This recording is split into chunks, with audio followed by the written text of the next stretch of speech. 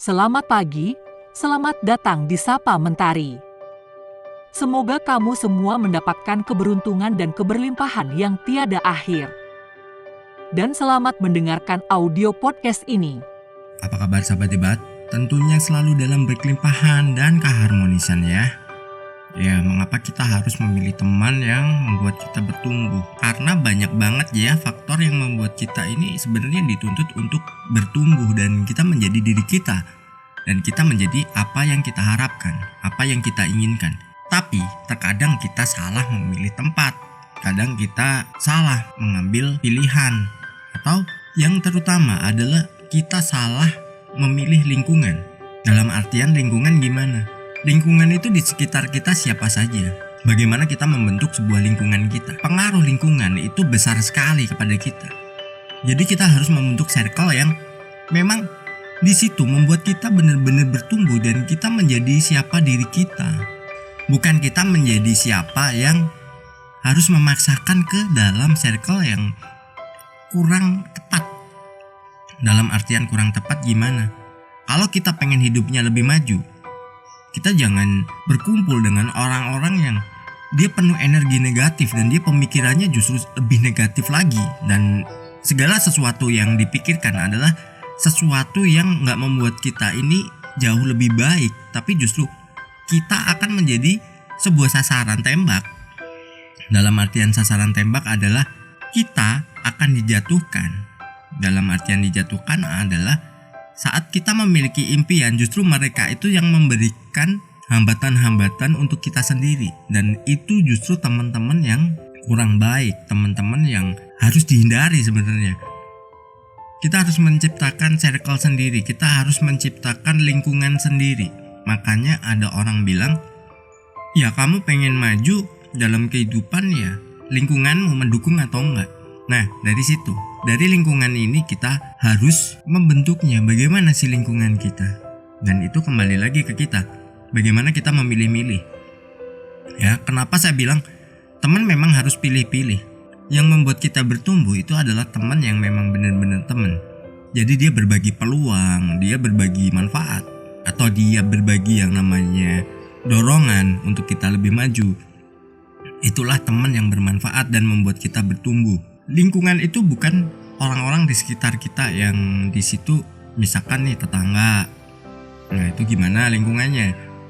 Tapi bagaimana kita membentuk sebuah kehidupan kita ini dipenuhi dengan orang-orang yang memiliki pikiran yang maju, yang positif. Kadang lingkungan kita ini juga yang gak mendukung. Itu bisa jadi dari internal, jadi bisa dari keluarga kita sendiri, entah pasangan kita, entah orang tua kita. Justru mereka itu orang yang pertama kali yang akan menjadi blocking bagi kita. Pasangan, orang tua, ya kan? Contoh kita nih pengen memulai sesuatu, misalkan mau bisnis. Wah, aku mau bisnis ah. Pasangan kita atau orang tua kita pasti gak usah bisnis lah, cari kerja aja. Karena kamu bisnis itu nanti kalau bangkrut gimana? Gak usah lah, gak usah aneh-aneh. Nah, kadang seperti itu yang menjadi hambatan kan? Itu kita gak akan pernah bertumbuh. Teman di sini dalam artian segala sesuatu atau orang lain yang itu selain diri kita. Bisa orang tua, bisa pasangan, bisa anak-anak mungkin, atau bisa tetangga kanan kiri, atau teman-teman sepergaulan kita. Saya sendiri gini, orang yang gak suka nongkrong. Karena apa? Kalau nongkrong itu gak membawa manfaat, dalam artian kita menambah wawasan atau menambah ilmu, terus kita gak ada peluang di situ, saya paling males. Karena kebanyakan orang nongkrong nih ngomongin sesuatu yang itu omong kosong. Entah ngomongin orang, entah ngomongin, mungkin kalau yang suka nonton sinetron ya mungkin ngomongin sinetron, si ini tadi begini, si itu begitu. Apa manfaatnya coba? Kalau dibilang nongkrong ya nambah temen, nambah hiburan. Nah, teman yang gimana? Bertumbuh nggak lu sama temenan kayak gitu? Nah, jadi kita harus memang pilih teman.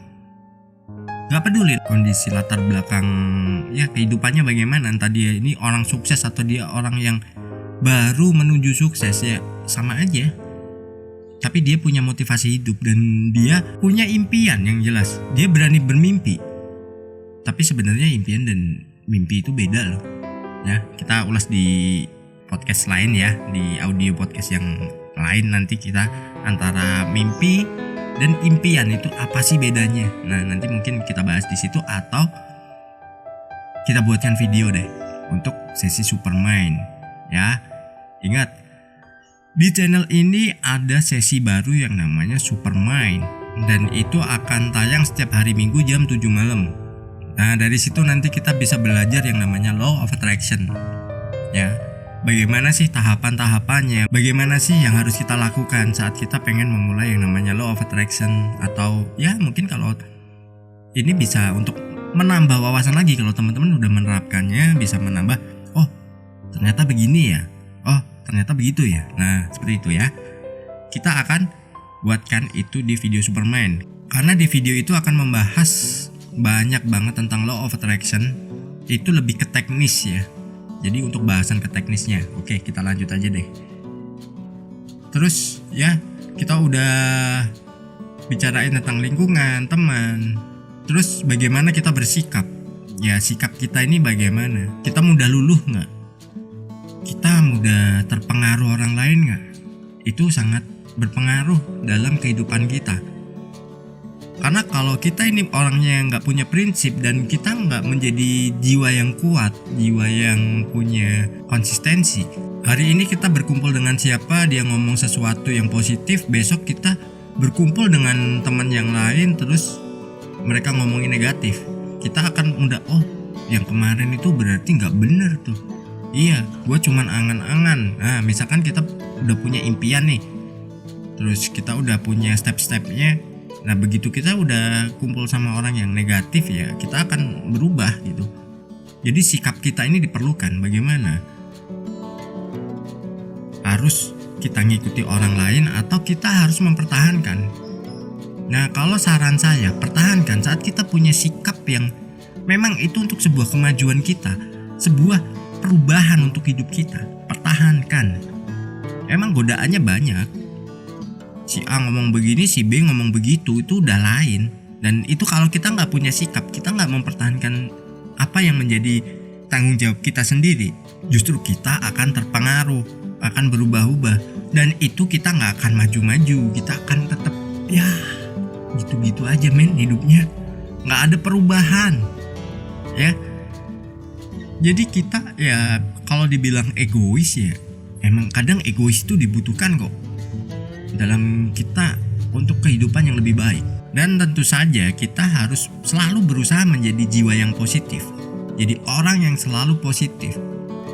Mungkin ada ini ya istilah toxic positivity ya, itu nanti kita bahas untuk lebih mendalam ya, bagaimana sih sampah-sampah positif ini. Nah, nanti kita bahas di video lain aja lah.